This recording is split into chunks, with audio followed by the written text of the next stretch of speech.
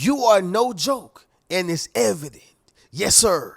Let me say it louder. For my chosen ones in the back. Listen, family, you are no joke, and it's evident. I need somebody to drop in the comments and say nothing's funny about me. Yes, sir. Make sure you drop in the comments, family, and say nothing's funny about me. Now, when I say you're no joke, I'm not saying that you don't have any humor. I'm not saying that you don't have personality. I'm not saying that you're not even a likable person, right? But in this experience we live called life, y'all, you have to show respect to get respect. You need respect and you have to have respect in order to feel or exude the energy that you're no joke. All right. Have you ever worked around somebody or had a family member or even a friend?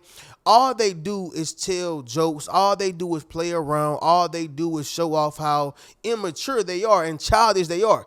Therefore, people are going to look at them as if they are in joke, right? Well, if you take a person who's a comedian, they're extremely funny, but they know how to fight or they know how to defend themselves, or they just exude a certain trait or exude a certain energy about themselves, like, hey, don't mess with him or her, right? It does not matter if you are a comedian or if you're not. It's a certain energy that you embody. It's a certain trait, all right? Like if and I don't mean to say this in a racial slur, but if an Asian man walk into a building, a restaurant, or walk into a gym or wherever it is, we're gonna automatically assume that that Asian person have what martial arts training, simply because of Bruce Lee, Jackie Chan, Jet Li, all these other guys. And if he just exudes a certain energy, we're gonna automatically think that he's no joke. Why is that? It's because of the energy that he is exuding. He probably don't even know a lick of martial arts, but you think he does because of the energy that he is exuding. On top of the propaganda that we have seen on television, but the point still remains. Anytime a person is moving a certain way, they have a certain energy about themselves, they have a certain way of communicating, you're going to assume that they are not a joke, and it will be evident. That's the same thing with yourself. Y'all remember the movie Goodfellas when Tommy was telling jokes and he was laughing and he was laughing and he was making everybody laugh? He was pretty much controlling the room. And then Henry came out and saying, "You a funny guy." And he said, "Funny how? Tell me, how am I funny?" Right? He's just going in. Funny how? I mean, do I amuse you? Do I make you laugh? Right? And if y'all look at the movie, you will see how the whole room get quiet. You will see how as comedically funny he was and as humorous as he was, he wasn't funny no more. Yeah, they ain't take him as a joke. Why? Because Tommy wasn't nothing to be messed around with. Now, although he finally came out and said, "I'm just joking with you," you can just tell how he can control the room with his energy. All right? You're the same way. See, I need you to understand something, y'all. You are no joke, and it will be evident. You got to pay attention to how people respond to you. You have to pay attention to how people act around you. You have to pay attention to how people treat you. That's going to let you know how much of a joke you are not. Once again, it don't mean that you have no personality. It doesn't mean that you sit here like on a Schwarzenegger. All right. It doesn't mean that you're just sitting around like a mute, not talking to nobody. It's all within your energy and how you exude it off onto other individuals. Make sense what I'm saying, y'all? Drop in the comments and let me know. But let's go ahead and get directly into this video, y'all. All right. First video of today. And yes, y'all, I'm sending nothing but love, peace, and prosperity to the family. I hope y'all are having a great day because your boy is having a marvelous one. All right, I'll be hitting the gym today, y'all. Probably going to do some kickboxing. Okay, and that's just a little bit about my day. Y'all drop in the comments and let me know how y'all day going. All right, but anyway, I'm right here in the famous living room, all right, right in front of the legendary great couch. And anytime and every time I'm in front of the legendary great couch, something legendary gonna be said, and that's just how they go.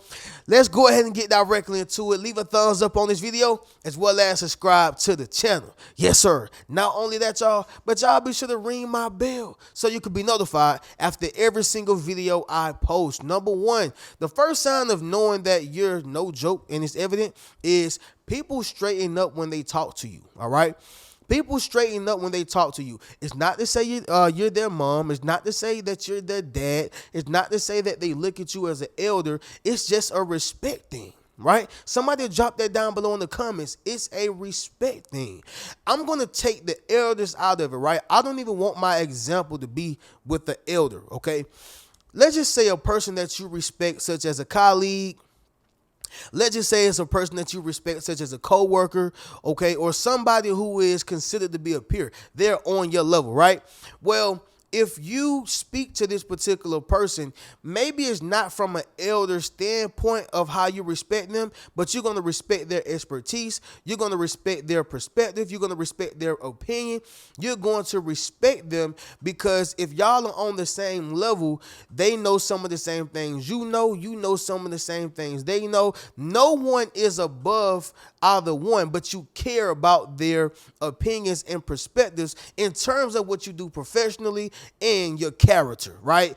Now, you don't care about what the person say in terms of you're ugly, you're fat, you're this, you're incompetent. You don't care about that. But what you do care is about your character, okay? So a great example of this, y'all, would be, we're going to go back into the R&B world. It's certain people who are R&B legends who will only care about what another R&B legend says. All right, up and coming artists.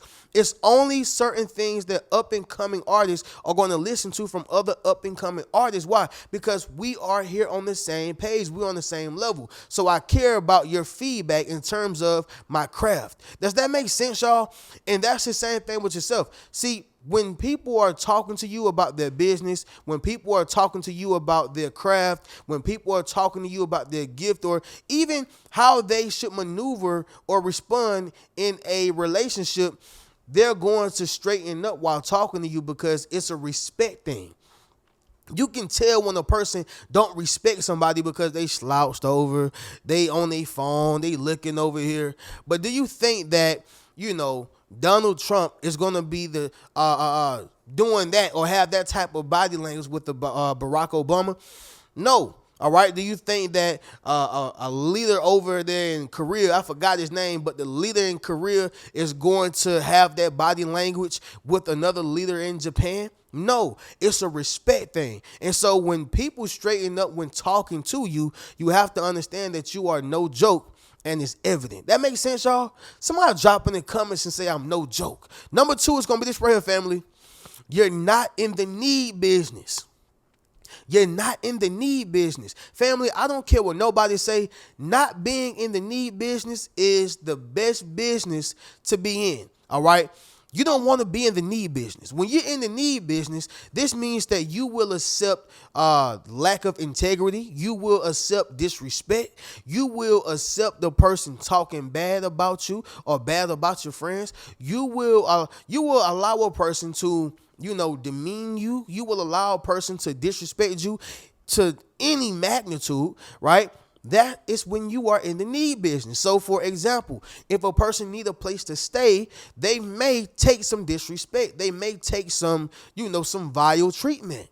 If a person need food to eat, if a person need a relationship because they don't want to be by themselves, they just may accept some heinous treatment, right? Infidelity. You get what I'm saying? But when you're in the want business, you're no longer trying to survive. You're thriving. You're no longer trying to maintain. You are not only sustaining, but you are overachieving, right? Over-attaining, right? That's because you are in the want business. People who are in the need business, they're trying to figure out how to make ends meet. And I'm not just talking about with economic needs, right? I'm talking about with, if they're in the need business, they need this person to be there. They need this particular job. They need this compliment. They need that inside or that internal elevation, meaning when a person tells them that they're beautiful or when a person tells them that they're doing good, it gives them a high, a dopamine hit on the inside internally. Make sense of what I'm saying, y'all? You don't want to be in that business. Yeah, you want to be in the want business. I want to be around you, not because I need you, but because I like you. I want to work this job, not because I need it, but because I like it. I want to be in this particular position, not because I have to be or I need to be, but because I want to. That makes sense, y'all? Drop in the comments and let me know. And this is why you're no joke. Don't play with a person who don't need you. They can walk away. They can step back. They can take another option. They can go this way, but they don't have to be in your face and they don't have to accept your vile treatment. This is where you are. Number 3, y'all, it's going to be this right here, family. You speak with purpose. All right? You speak with purpose. You know, I use this legendary political figure all the time, but, you know, Malcolm X and Martin Luther King, they both spoke with purpose. All right? I have a dream. And you got Malcolm X, House Negro and Field Negro, and Malcolm X have a bunch of other lectures and speeches, right? But just as well as Martin Luther King. But what I'm saying is that people take you serious when you speak with purpose. It is what it is. I mean, even when I'm doing my videos, y'all, I'm speaking with purpose. I'm not trying to be overly persuasive, convincing. I'm just speaking with purpose because I sincerely believe that this is what I was sent here to do. Anytime you feel serious about calling, about a gift, about a topic, a discussion, I don't care what it is, you're going to speak with much purpose. And whenever you speak with purpose, you're going to cause other people around you to believe it. There was a proverb that said, if a man worship a mailbox long enough, he'll find other people to do it with him. Let me say that once again. If a man worship a mailbox long enough, he'll find other people to do it with him. Why? Because he's speaking with purpose. He believed that he should be worshiping this mailbox. He believed that he should be, bringing other people to worship the mailbox. Now, obviously, we all know that is idolatry.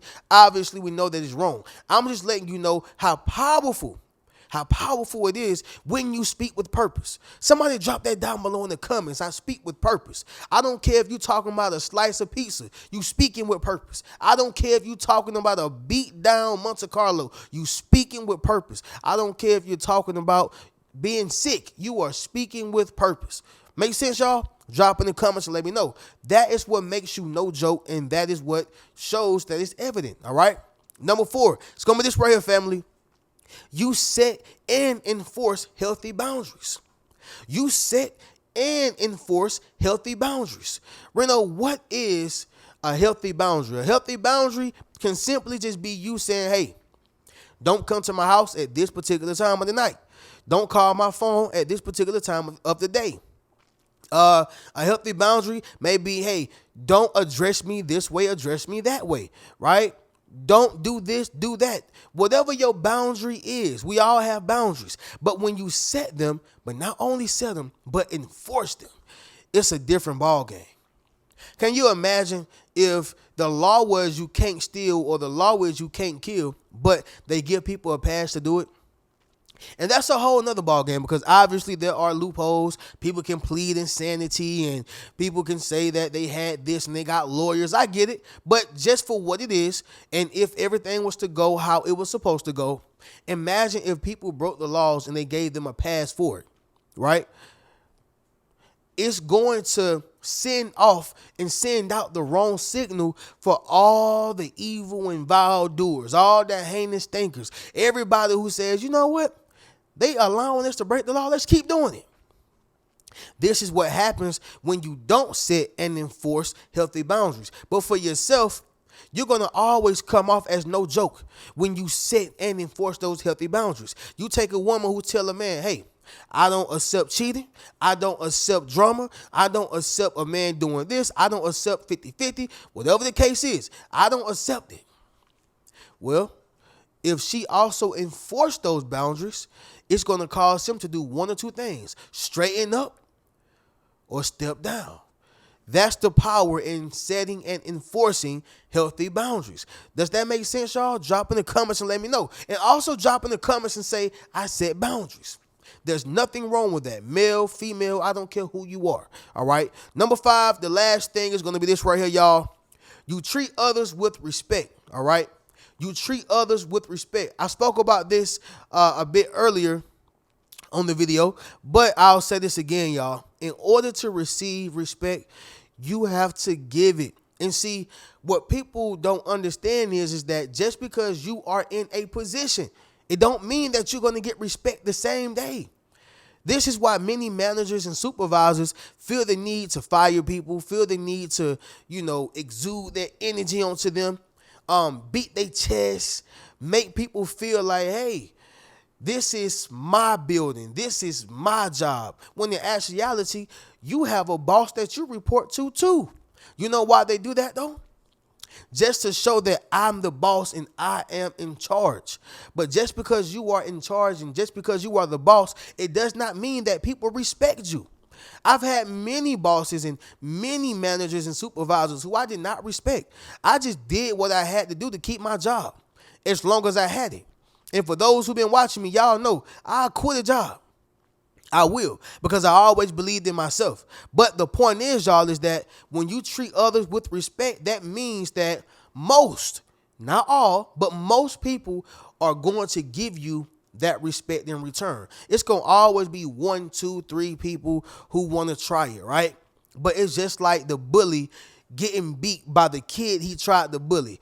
Listen, that bully won't bully him no more once he show him one time, right? We all done been there. We all done had that one fight, that one discussion, or that one time you had to go off and snap on a person, and it set the example for the entire school.